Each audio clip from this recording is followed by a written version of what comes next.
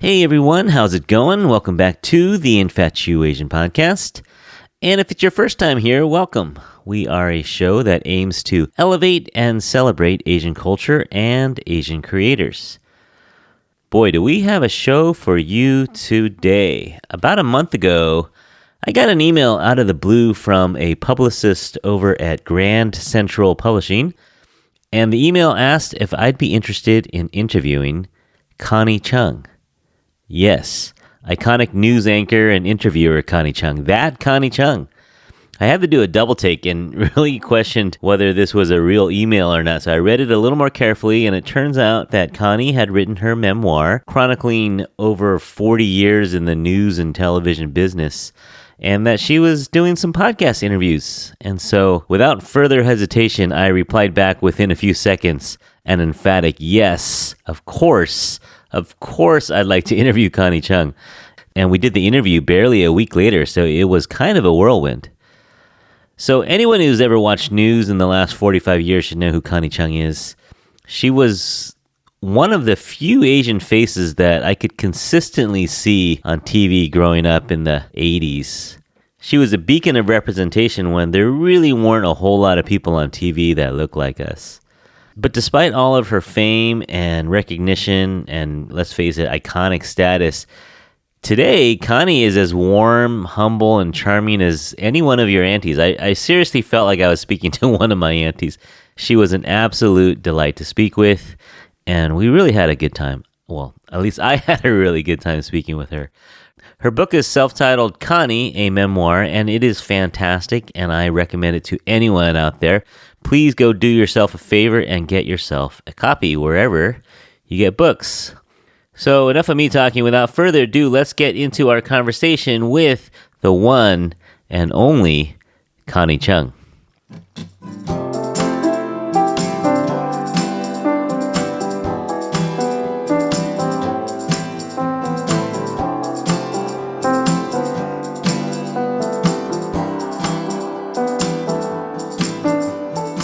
My guest today needs absolutely no introduction. For a generation of us Asian Americans who grew up in the 80s and 90s and beyond, Connie was one of the faces on television that looked like us, and there weren't a whole lot. There weren't a whole lot of faces that looked like us. So it was really special for us growing up to see someone like Connie on the evening news. Connie was a pioneer news anchor and reporter. She was the first Asian American on National Network News, and was the first woman, and Asian American woman, of course, to co-anchor the CBS Evening News, the flagship news broadcast on CBS.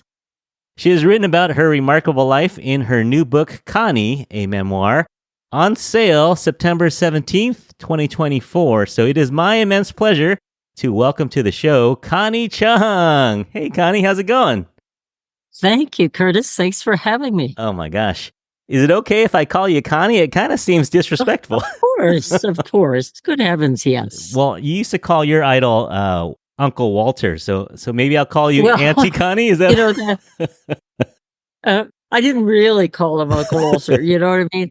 He was just Uncle Walter to every. Walter Cronkite was Uncle Walter to America. Yeah. And he was my idol. You know, I wanted to be just like Walter Cronkite. Yeah. But for us Chinese Americans, when we meet someone a little older than us, it seems disrespectful to use your first name, but we'll use it because everyone knows you as Connie Chung. I know what you mean, though. Yeah, because we are like that. We don't do that. We don't call people by their first names just automatically. That was kind of a funny story where you said that when your husband, Maury Povich, asked your parents what he should call them, they said Mr. and Mrs. Chung. I know. They were tough. Yeah. God, they were tough. But I get it. Now, it's kind of weird because it's in the middle of the afternoon, but we like to greet our guests in the Asian way. So, Connie, have you eaten yet? Yep. Mm-hmm. Okay, good. I had lunch. A couple hours ago, probably. Yeah, a few hours ago, right. I had made some wonton yesterday, and so I had some leftovers. I love leftovers. Yeah, that's the best. Now I gotta ask, who does more cooking, you or Maury? Actually, probably me. but I don't Okay. do that much cooking either. That's great though. But you like to cook Chinese food a lot? Well, it's what I can cook. I don't really know how to cook American food. Hmm. That's neat. Actually, you know what's interesting is, and we'll talk about this later too, is that I never realized. I mean, of course, you're Chinese, right? Your face is Chinese, your name is Chinese, but your persona on TV, I think, you'd mentioned this in the book that you were trying so hard to project a white male persona that we kind of forgot how Chinese you were a little bit. Yeah. I mean, well, I wasn't necessarily projecting a white male persona on the air because it was obvious, just like you said, it's like, it doesn't take brain surgery to figure out that I'm a Chinese woman. Yeah. And so it was more like how I navigated the system of being overwhelmed with white males. In other words, that there just weren't any other people who looked like me. Totally dominated, yeah. Or people, my competitors. Yeah. When I was covering a story, the other reporters were men. And the people I covered, particularly starting in Washington, D.C., everybody was a man. Yeah. At the White House, at the Pentagon, at the State Department, and on Capitol Hill, they're all men. Yeah. No, we'll definitely get into that because I think that's a big part of your journey. Hey, thank you so much for writing this book. There's so much that I didn't know about you, and I tore through it. It's 300 something pages, but I think I finished it in a day and a half. It's fantastic. No kidding. Oh my God. Thank you for reading it. Really. Oh, no, I can't wait. I read the digital version, but I can't wait to get a copy of the real thing when it comes out. So that's going to be great. Great. When did you start writing this? This is a couple decades in the making? Actually, about 1 decade. Okay. Okay. But I wasn't very serious about it. I realized that I needed a deadline. So, when I actually, met with a book agent and then he then sold it to a publisher, then I had a real deadline. Then I was in a major panic. Yeah, no, but it's great. Let's talk about it a little bit. The first couple chapters, I don't think anyone knew this story about you or, this history of you. So you're the daughter of Chinese immigrants, the youngest of 10 kids. That's amazing. Your mom is amazing. Yeah. She was, my parents they grew up in a very traditional Chinese families, in China. My mother was born in 1911 and my father was born in 1909. My mother's feet were bound. So it was really an ancient tradition of being bound in gauze. And it was, she complained bitterly because it hurt. And so her father let her not have her feet bound. Their marriage was arranged. She was only 12. She was only 12. He was 14 when they were engaged.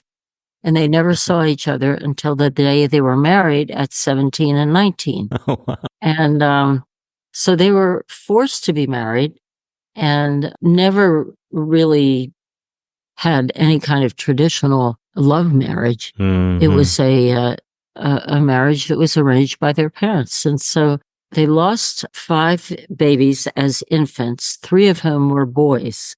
And as you well know, boys are coveted in China. Your gender is coveted and mine is considered trash, really. You kind of, no one wanted girls.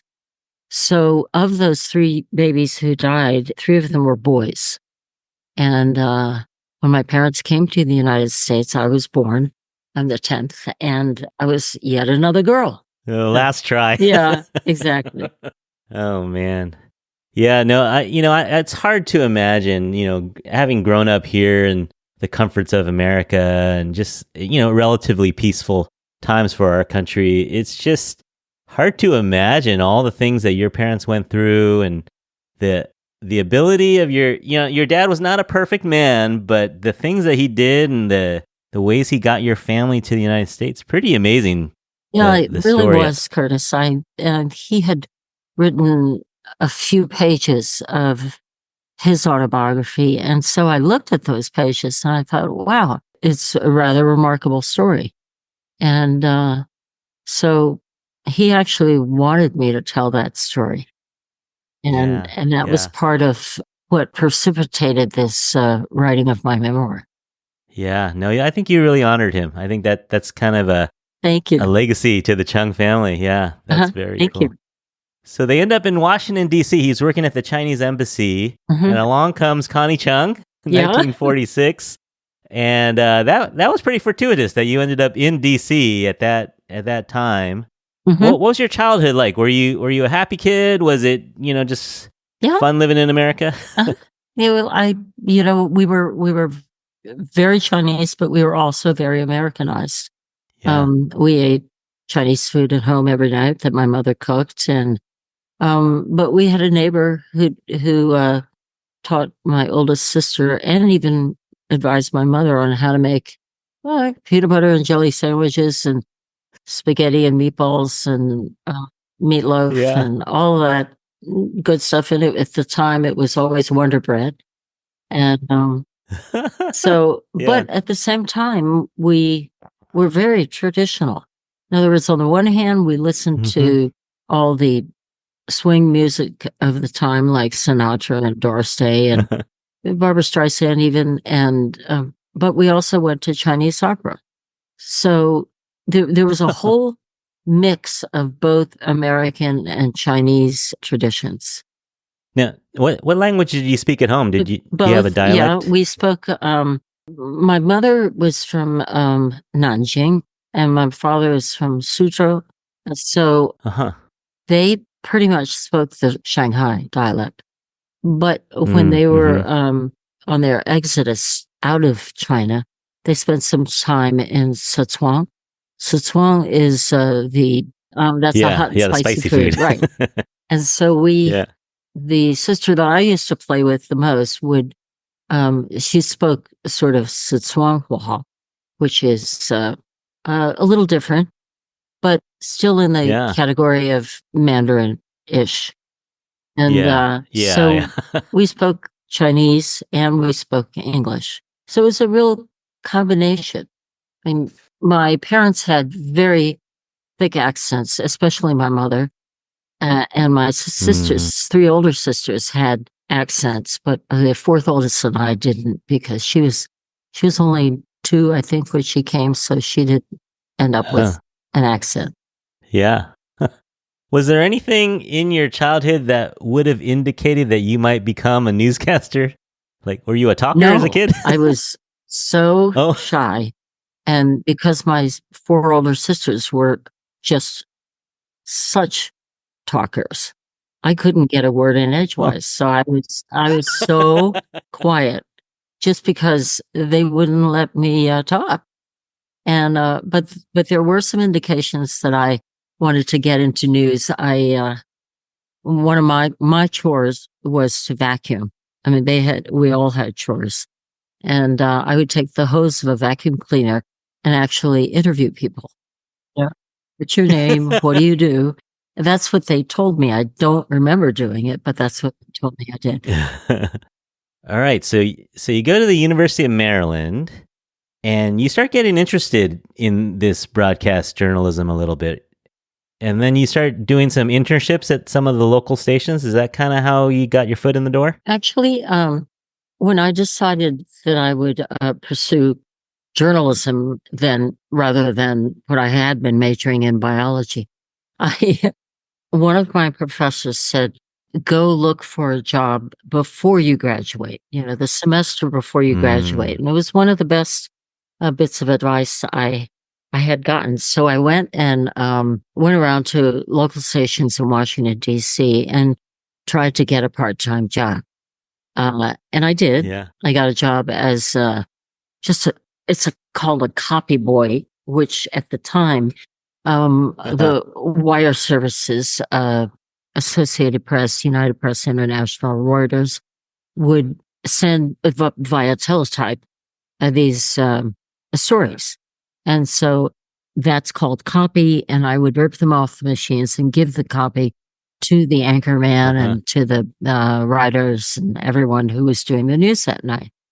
It was a nothing job, but it got my foot in the door. Yeah. You tell a really cool story. I think it was Channel 5 in DC where you made a pitch to, I forget the name of the guy. You made a pitch and everyone in the newsroom heard Yes. this pitch. And then when you left, they passed around a hat and they took a collection. They go, "We got to hire this girl." They convinced their news manager to hire you. That's the cool. That's a cool story.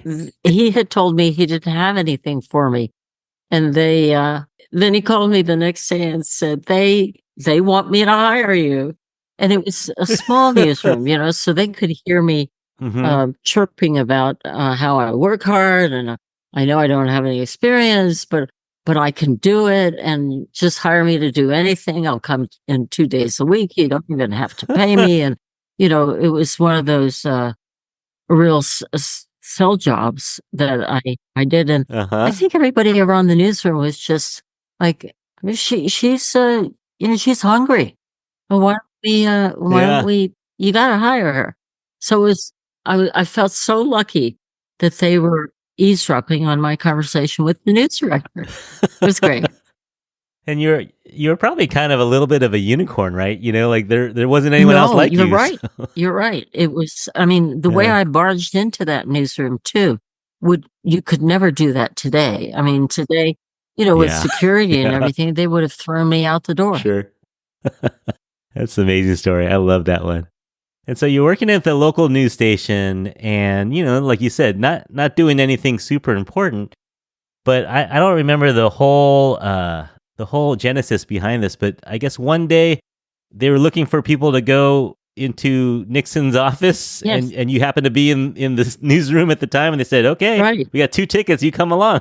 Right. The White House photographers were meeting with President Nixon in the Oval Office, and it was to present the president with something that they had. I don't know what it was. It was for an anniversary of the White House Photographers Association.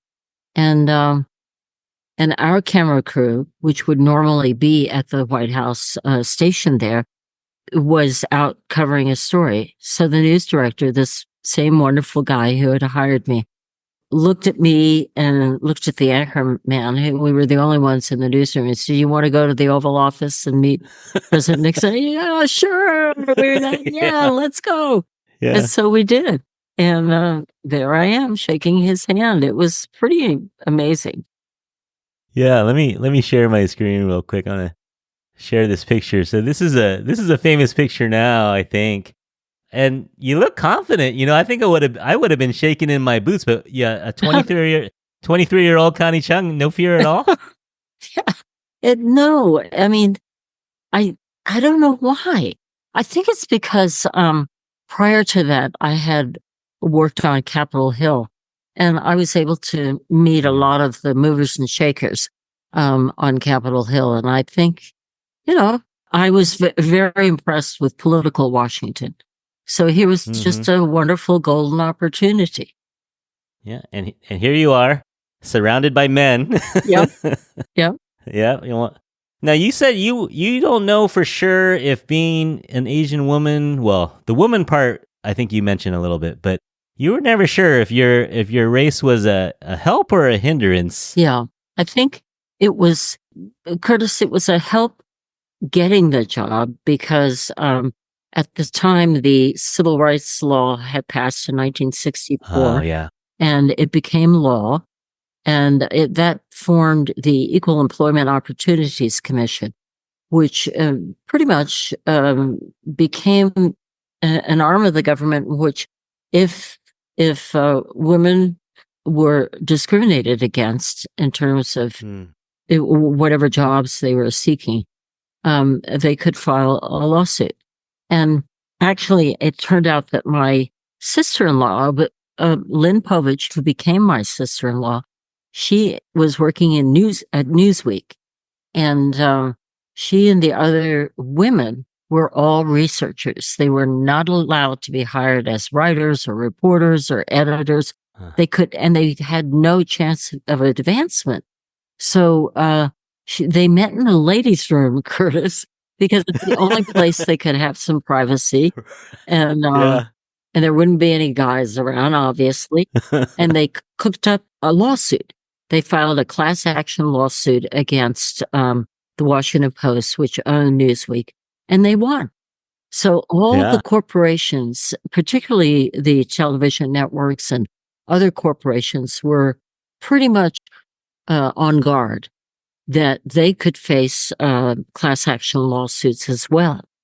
CBS News, the bureau chief of the CBS News in Washington, as a preemptive strike, went ahead and hired 4 women, and I was one of them, no doubt, because I was a double minority, a woman and Chinese. It helped to get me hired because the other women were 2 white women and 1 black.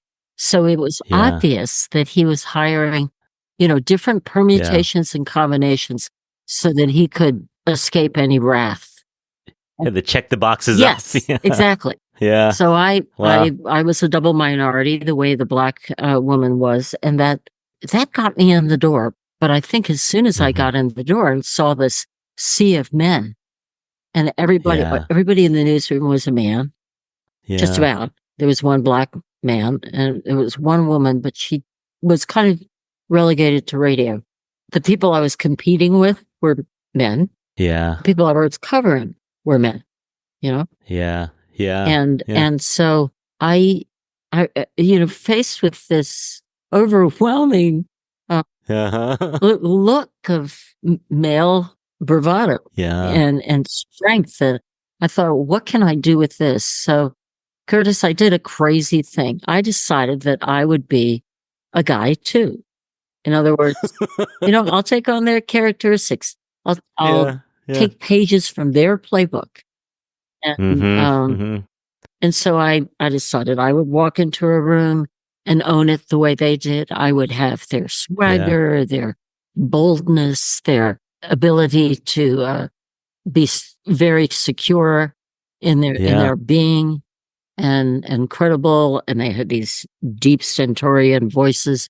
So I tried to mimic their voices. And honestly, I had so convinced myself that I was a white guy.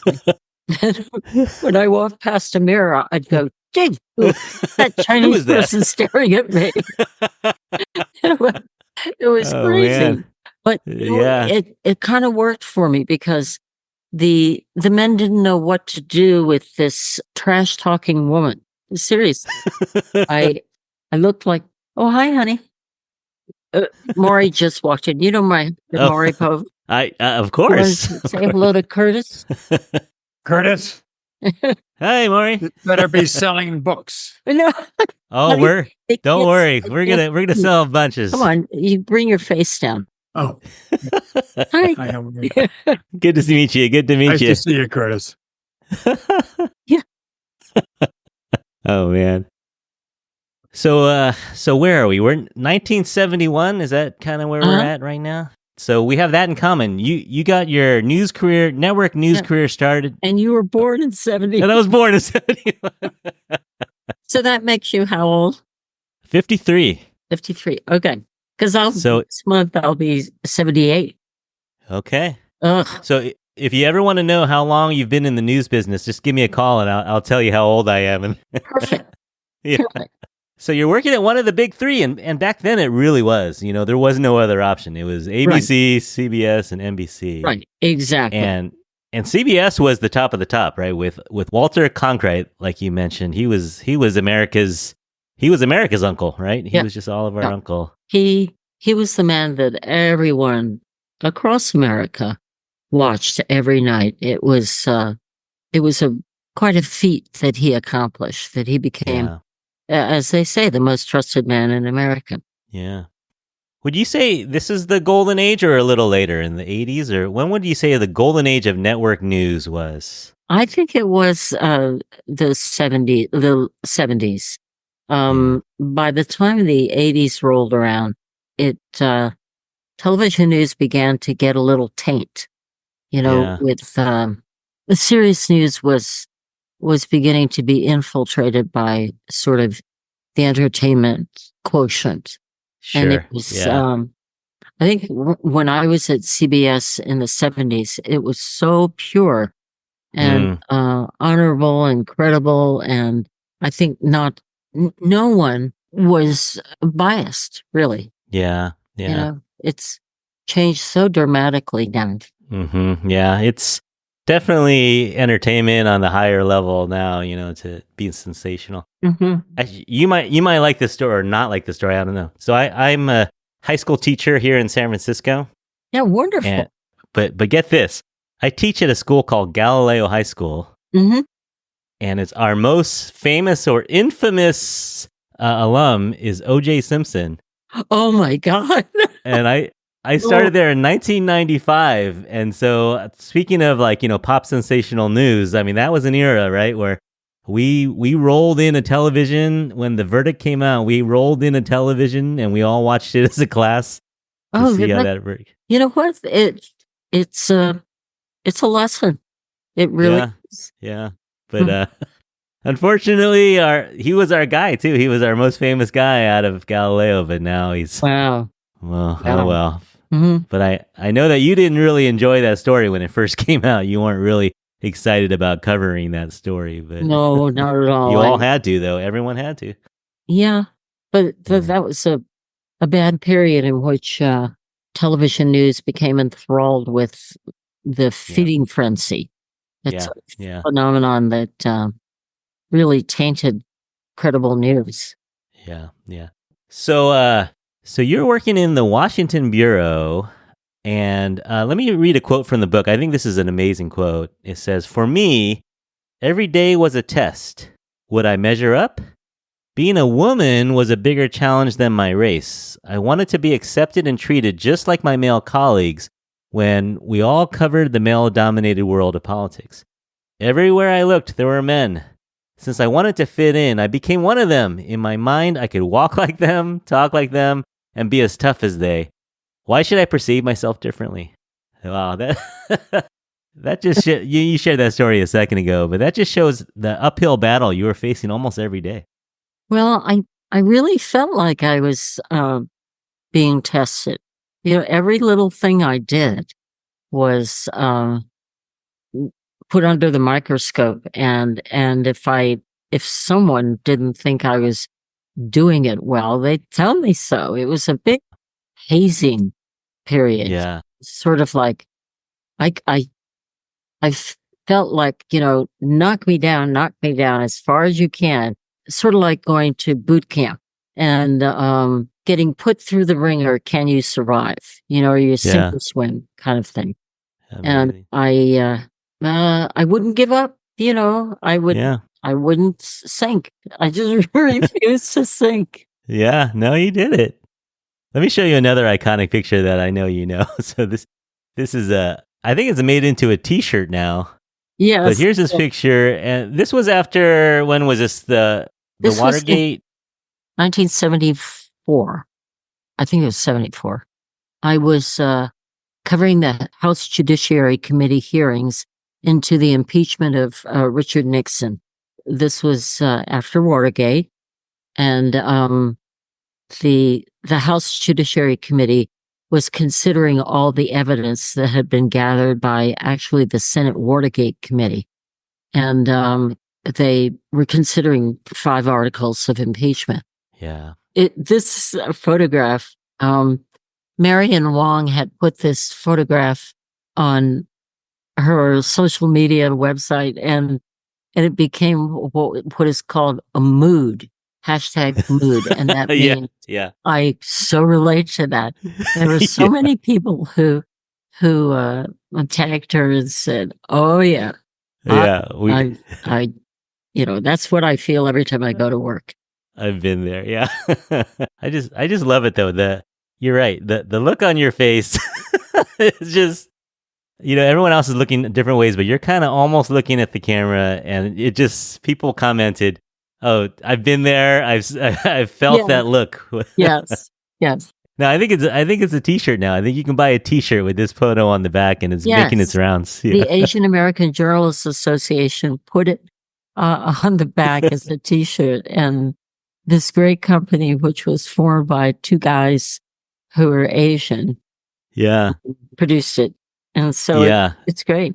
It's great. It's great. See, you're such an icon for us, because Oh. if I had to pick a Mount Rushmore of Asian Americans, of course you got to put Bruce Lee up there, right? Yeah. Yeah. And I think I would, I'm a local guy here, so I think I'd put Martin Yan because he was the first Chinese chef on TV that I can remember. And then people my age, I would put Christy Yamaguchi up there too for being sport. Absolutely, yeah. But I think way at the top there has got to be Connie Chung. Aren't you nice? They're so nice, Curtis. I mean, I don't know. No, I'm not making this up. I mean, when your publisher reached out and Lauren, she said, "Oh, here's an opportunity. Would you like to speak to Connie Chung?" And I replied back in like 30 seconds, and I was like, "Of course, of course, I want to speak to Connie Chung." So cool.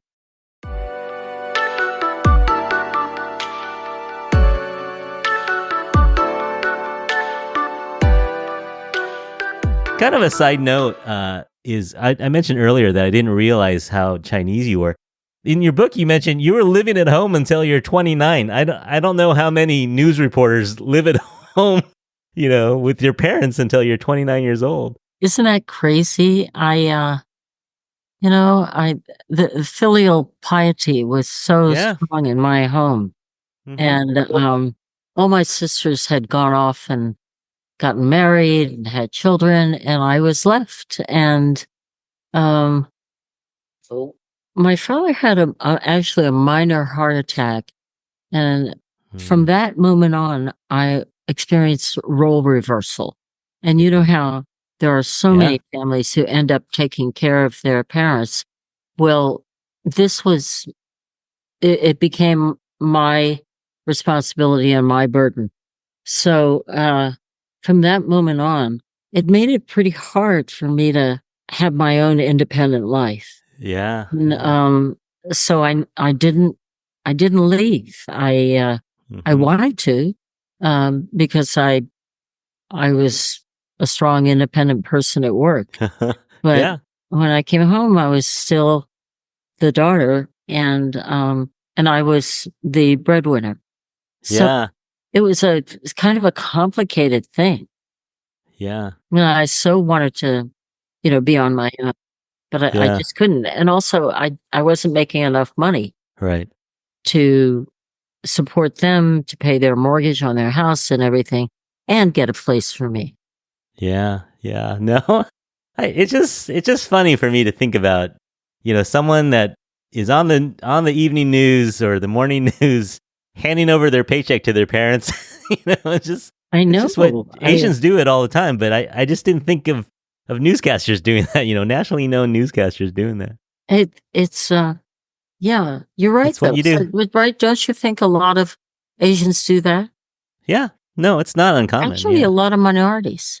A lot of minorities who come to the United States and they're doing work, they're sending money back to their families. Yeah. It's a very common practice. Yeah. And then one of the things that made me laugh out loud was when I think you had stayed up all night chasing after McGovern, trying to find out who his running mate was. Yes. And then you finally get the scoop, and you're on the news, and everyone's super proud of you. You got the scoop. You find out who it was, and you do a 10-second little thing holding a microphone, and you're super proud of it. And your mom, in the most Asian mom kind of way, says, "You look tired." Yes. And then you said, "But Mom, it's just my hand holding the microphone." And she says, "Well, your hand looked tired." Exactly. You got the story exactly correct. Oh, man. That's an Asian mom move if there ever was one. So true. So true. Yeah. All right. So around this time, though, you get a call from the West Coast, or, the manager comes to DC to recruit you. And so you end up, this is your opportunity. You're gonna make 3 times the salary by going out to LA and be the local newscaster, which in some ways is, I guess you would consider a little bit of a demotion. Yeah, it's a backwards move. Most people went from local news to the network. That was their goal, to get to the network. And here I was offered this opportunity to move to Los Angeles, all the way across to the other coast, Yeah. and anchor local news.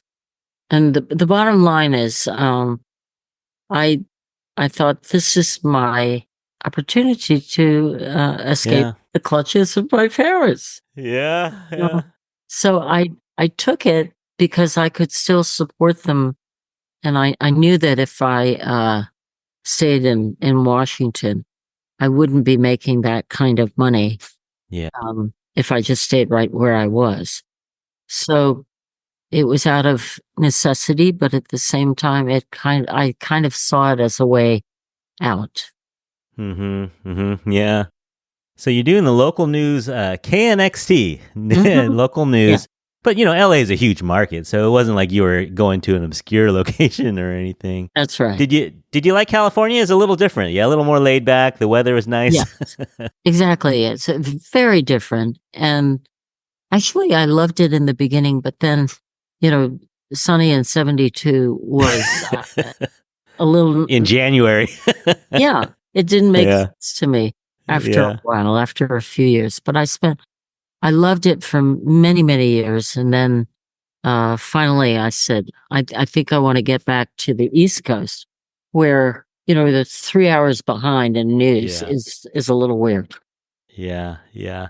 But I think it was around this time, like, now you had met him before, but I think this is around the time you started spending a little more time with a guy named Maury Povich. Exactly. The man who's been determining the paternity of every child in America now. And, but I can assure you, Curtis, that he has a wider vocabulary than "you are the father" and "you are not the father."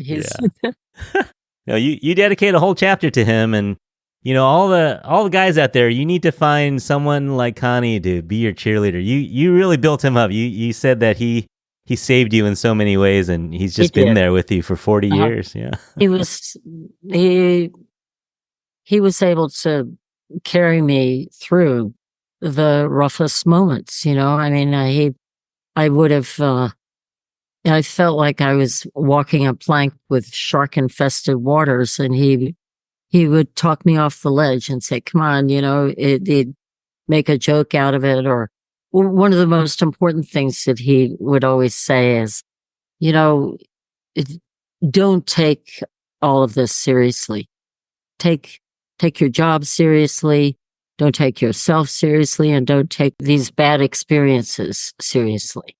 No, I think you guys have a marriage for the books for us to really, for celebrities, it's not easy. You don't hear about a lot of celebrity marriages lasting 40 years, but you guys really make it work. We even got married really late. At first I forgot to get married, then I forgot to have a baby, and so everything was really delayed. Yeah, I didn't get married until I was 38. Yeah. And we're still kicking around together. Yeah, that's great. Okay, but around this time, so you're getting a little bored with the perfect weather and hanging out with movie stars. So you get a phone call. You get a phone call or a message from 30 Rockefeller Center. Yeah, and I think they wanted you back in New York. Mm-hmm. And I was really thrilled because NBC was a great network that a lot of CBS people who had actually fled to NBC too. So I had a lot of friends who worked there, and I enjoyed my entire time at NBC. Yeah, no, it seemed like a good fit for you at the time. You were doing the Sunrise show. Mm-hmm. What, 6 a.m.? Yes. And then you're doing these 30-second news updates or 1-minute news updates at 9 and 10 p.m. Yes. Now, how do you do that? Do you sleep at all doing that? I would sleep in 2 shifts. It was really crazy because I would sleep maybe 3 hours in the daytime, and then 3 hours at night, and then go in the middle of the night. And in the beginning, when I first worked at NBC, I stayed in a hotel. So when I would go to work all dressed up with my makeup on at like 3:00 in the morning, I'm sure the bellman and the front desk and everybody in the lobby thought I was a hooker. You know, all dressed Yeah. up and being picked up by a car. Yeah. Really. Oh man. It was a really crazy schedule, but I did it. I don't know how. Now I look back and I say, how did I do that? You know, how was I able to navigate such a bizarre schedule? But also sometimes during the day, I'd go out and cover stories, and then I'd Yeah. really be cooked. I was Yeah. working on fumes. Yeah. Or you said you do double duty and sub in the Today Show as well. Yes. Yeah. Wow. And so I was, I don't know if I was really functioning. I had no idea. Well, you're doing something right. You know, people liked you. I think you mentioned you had one of the highest Q scores in the news industry. And for those who don't know, Q is basically how likable you are and how trustworthy you are, right? And people thought you had one of the highest Q scores. It was really bizarre. That Q score was some kind of strange formula, you know, the magical formula. And it did have to do with familiarity but you know what is weird is that I mean I know why people sort of recognize me. It's because I was Chinese. You know, you got all these other people who are white and I'm the only Chinese person. Wouldn't it make sense that they would know my name and not mistake me for Tom Brokaw? That's true. That's true. Yeah.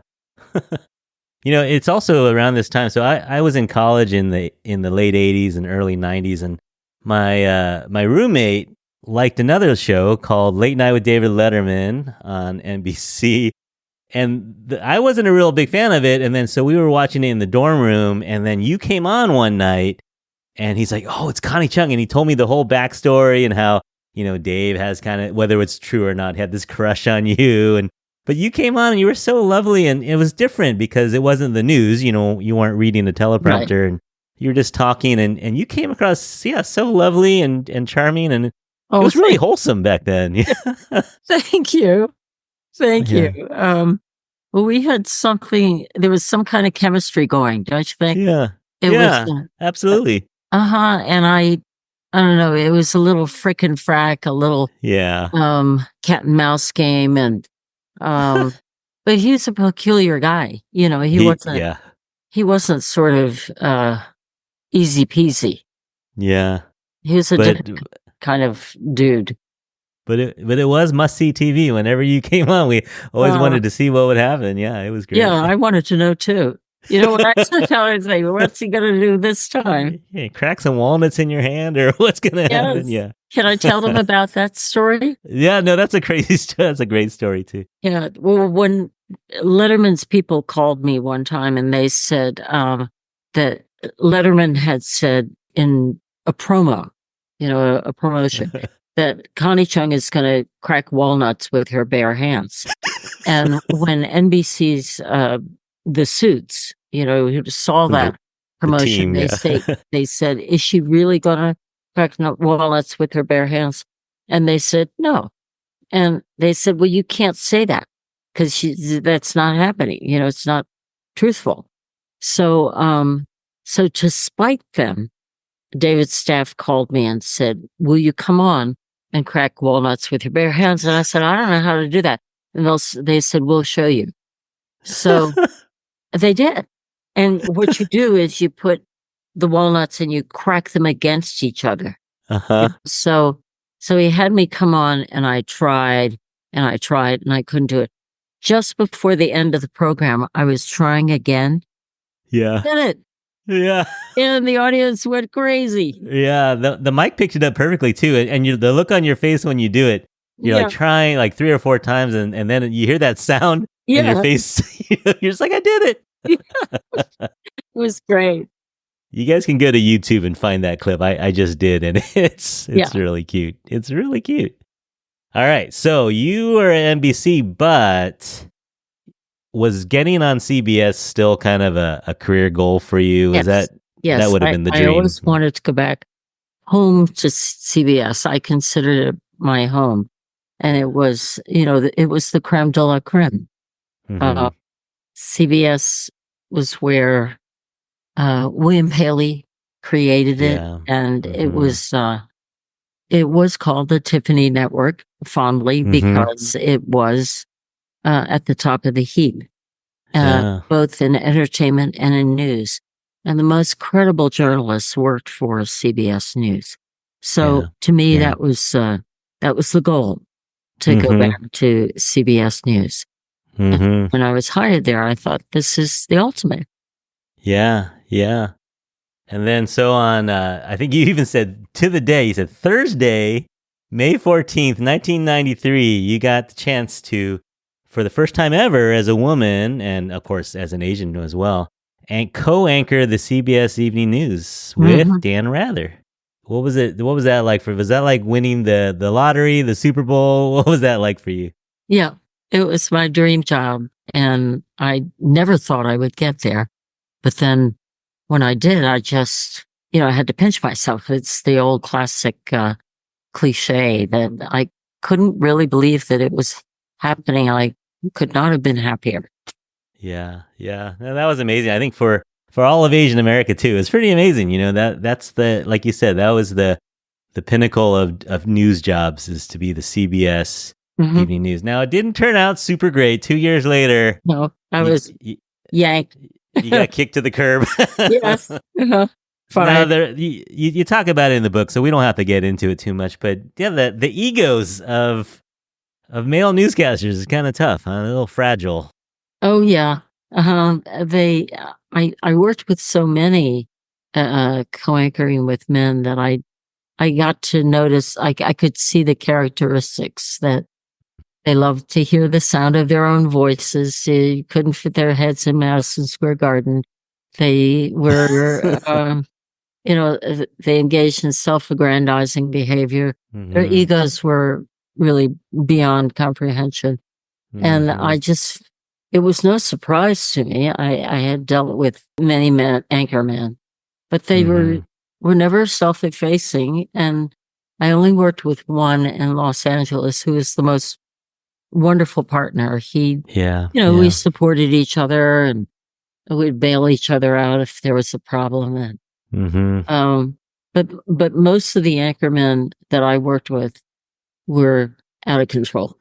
Yeah. Yeah. Cronkite was wonderful. He was a Mm-hmm. kind, nice person who didn't act like a star that he Mm. was. Yeah. And that's rare, obviously, is Yeah, not.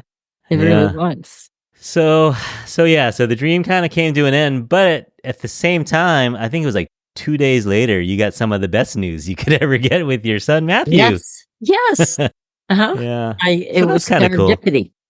Um, Yeah, I believe that too. after Yeah. after being dumped, unceremoniously dumped, it was just 2 days later. We had been working on an adoption, trying to adopt actually a little boy, a mini Maury, and a little girl, a mini me. And Yeah. we were going to adopt a Chinese girl from China and a boy, an American boy. Yeah. And as it turned out, we were on a 2-track basis. And as it turned out, our American boy came through. And it was Mm-hmm. right. It was just Yeah. crazy. Yeah. My sister said one door closes, another door opens. And Yeah. it's that old cliche. And she was so Yeah. right. Yeah. So I was just, both Maury and I were so happy. Yeah. And I could just turn my back on that job, Yeah. Yeah. put it 6 feet under, and then I could move on with my brand new son. Yeah. He Yeah. was That was less than a day old when we got him in our arms.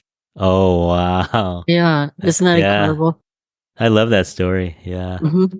And then you end on a high note here. I love this story at the end, and I think it's just such a cool story. That how long ago was this? You got a message from a young journalist named Connie Wang, Mm-hmm. and she contacted. What did she tell you when she contacted you?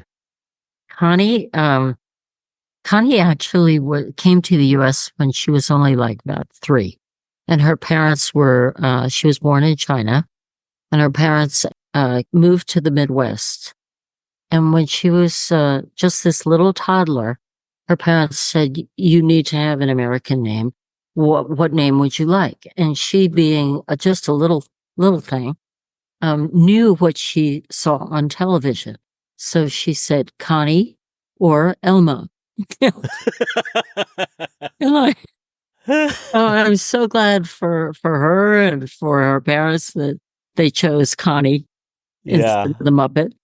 Yeah. And so then she goes to the University of California, Berkeley, and half the population there, Right. the population is Asian, Right. and so she's in the cafeteria, and and somebody says Connie, and half the cafeteria turns around. And she realizes when she's trying to get herself an email address, that a lot of these Connies, or Connie Wong, they're taken. And so she could tell there was some kind of phenomenon going on. And since she became a curious journalist, she worked for Refinery 29, she discovered through her own digging that there was a whole generation of Connies named after me. And it started in the 70s, pretty much in LA, and then in the 80s, and when I was doing NBC, and then in the 90s when I was on CBS. It was an incredible phenomenon.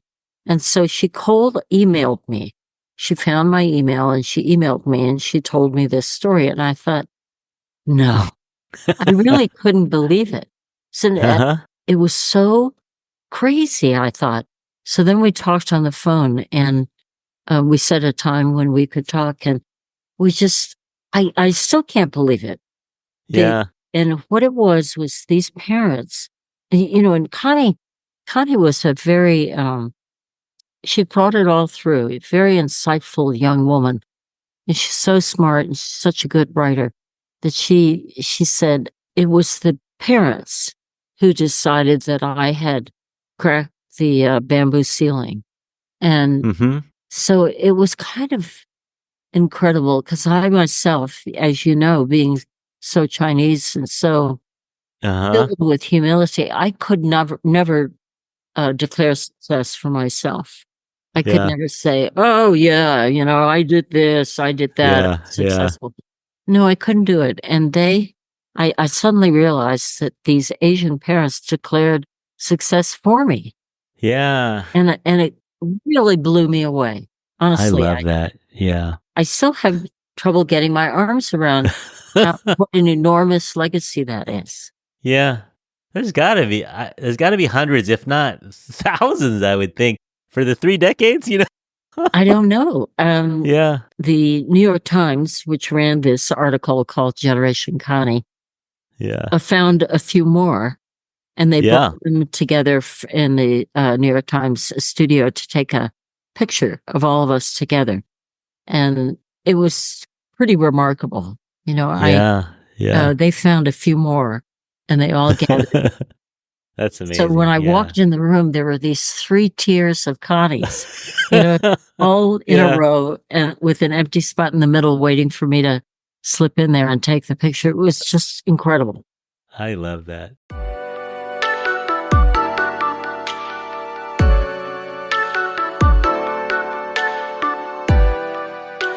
All right. Hey, you have time for 3 lightning round questions? Okay.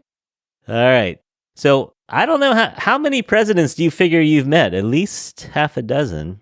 I think I've met them all since Nixon. Yeah. And I know you did an interview with Trump in the 90s. Yeah. But he wasn't president. not when he was president. Yeah. So probably everyone since Nixon. That's my guess. So my question to you is, do you have a favorite of those presidents? Do you have a favorite?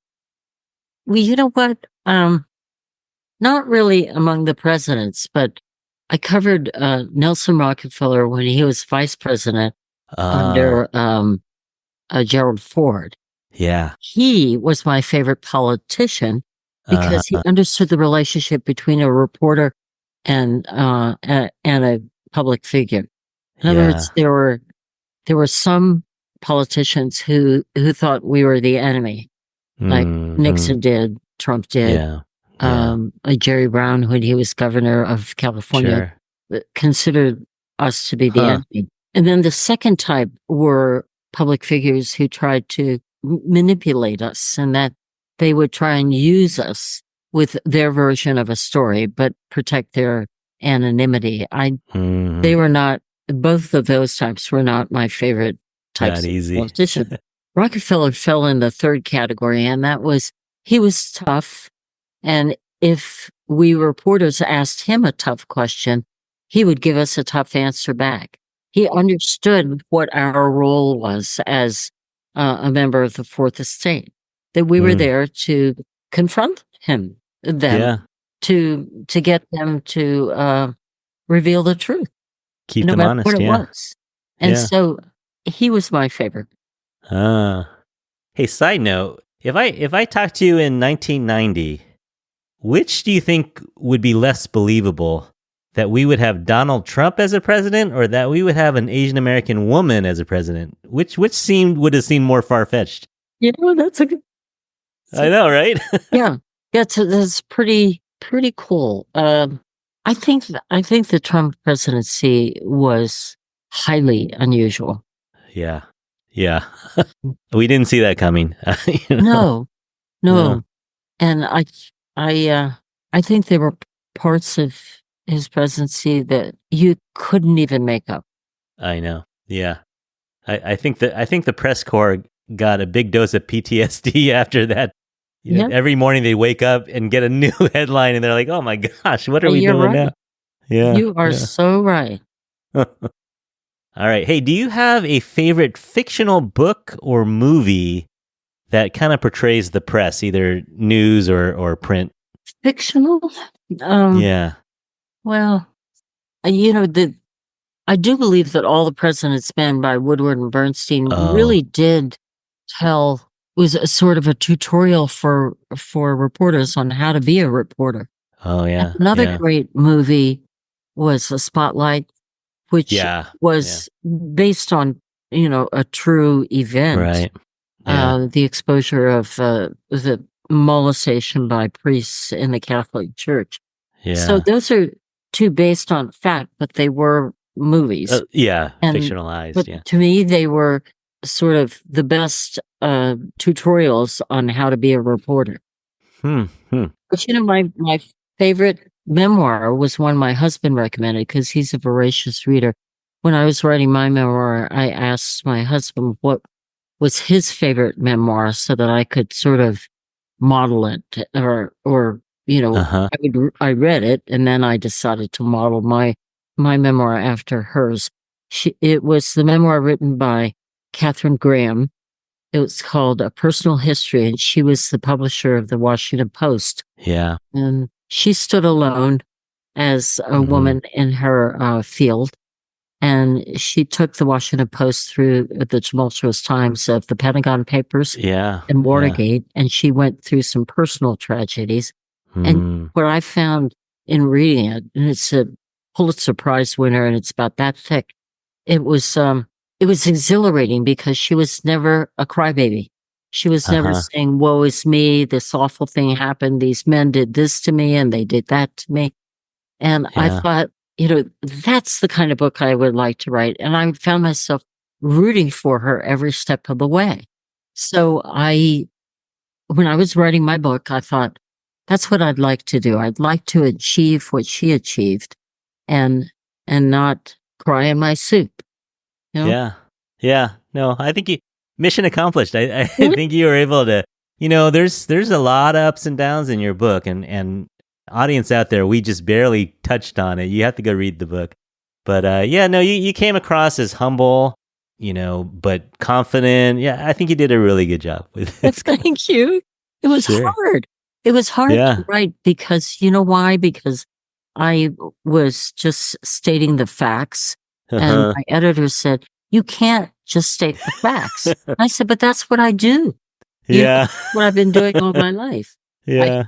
I don't give you anything but the facts." And she said, "No, it's a memoir. You have to tell Mhm. how you feel." Yeah, what was going on "You mean inside? how I feel?" That was verboten, always. Never. Yeah. my opinion of anything. She Yeah. said, no, you got to do that. And I thought, heck, I don't know how to do that. You got to be the news. Yeah, exactly. All right. And our last question is our signature question. We ask our guests who their InfatuAsian is. And InfatuAsian is anyone in the Asian community that you admire, could be living or deceased. So, Connie Chung, who is your InfatuAsian? I think Lisa Ling. Oh, okay. Yeah. Yeah. Lisa is actually a dear friend, but what I think she accomplished was extraordinary. She created her own special type of journalism, a signature documentary in which no one else does a documentary like a Lisa Ling documentary. And I think she's just also a very wonderful person. You know, I've known her over the years, and she's so genuine and nice, and she's a good journalist. And I think she has crossed the divide. In other words, she is seen as a journalist. Yeah. She's not seen as a woman journalist. She's not seen as an Asian journalist. Yeah. She's seen as a journalist, and one that people respect, and Absolutely. I respect. So she's my InfatuAsian. Yeah. But you know what? I bet if I asked her, she would say, Connie Chung walked so I could run. Oh, well, I was just clearing the jungle, you know? Yeah. I was just whacking the, the sticks that were sticking in our way. But then there's still more to clear. Sure. Yeah, absolutely. All right. Well, I think that's going to do it. Everyone out there needs to get the book because we just barely touched on this. Connie Chung, thank you so much for coming on with us. Well, Curtis, I can't tell you how much I appreciate your having me. Seriously, it was a wonderful thing. And thank you for being a teacher. Oh, thank you. And I have one last favor for you. Yeah. To ask of you. Could you help me do the outro? Sure. And then you don't have to say goodnight because it's only, 5 p.m. right now. But you could say whatever you want at the end. Do you have a signature tagline? I don't remember. No, you know what Maury does? Maury says, until next time, America. I don't. You know what I used to say on the news? I used to say, see you next week. So I'll do a version of that. Okay? Okay. Yeah. Perfect. Okay. And everyone out there, thank you so much for listening. This has been the InfatuAsian. That's a great title. Podcast with Connie Chung and Curtis Chen. See you next time. Oh, thank you. You made my year, Connie. Thank you. All right. So best of luck with this book, and we'll look for it after September 17th. You can find it wherever you buy books. And as I mentioned, you can always write to us, InfatuAsianPodcast@gmail.com, and follow us on Instagram or Facebook at InfatuAsianPodcast. And all these details will be in the show notes. Thank you so much. Are you coming on a book tour? Are you going to come to San Francisco? Actually, I think there is a San Francisco stop. I think it's in Menlo Park, I think. Okay. Yeah, I'll get it from your publicist. But okay. Yeah, so look for me. I'll be in line. Okay. Yay. Thank you. Thanks so much. Have a great evening. Okay, you too. All right. Bye-bye. Bye-bye.